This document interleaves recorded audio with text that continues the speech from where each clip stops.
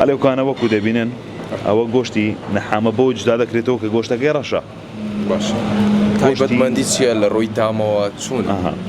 گۆشتی نەحامە باز دەکەین ئەمە کە لۆمان دێتن لە بەغدا لە بەسرا بە قانون لە بۆمان دێ کە لە بۆمان دێمە لە چێشخانەکەی خۆمان سەری دەبرین مانگانە لە 15 هەتا 20 نەحامە سەرف دەکەین. گۆشتی نەحامەی بۆ جدا دەکرێتەوە کە گۆشتەکەی وەکو بە خۆتان دەبینن گۆشتەکەی ڕەشە وە هیچ شیشە هیچ زۆرێک چەوری پێوە نییە بێ چەوریە هیچ زەرەر و زیانەکی نییە لە بۆەوەی کە خەڵکی خۆمان بخۆن.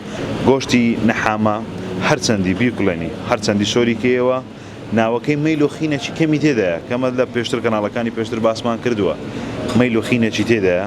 ئەو تەبعی گۆشتی نەحامەی وایە کە ناوەکەی تۆزێک خینی پێوە دیارە بەدەست منوتو نییە گۆشتەکە وایە هیچمان پێ لەگەڵی ناکرێت هەرچەند بیستێنی سۆری کێەوە هەرچی لێ بکەی بەکەی لەک نایە ناوەکانی تۆزە خینی تێدا دەبینێت بەس ئیوە نییە کە ینی بێزی لێ بکەویان قەیزی لێ بکەیەوە ئەو شتانە لە گۆڕێ نییە.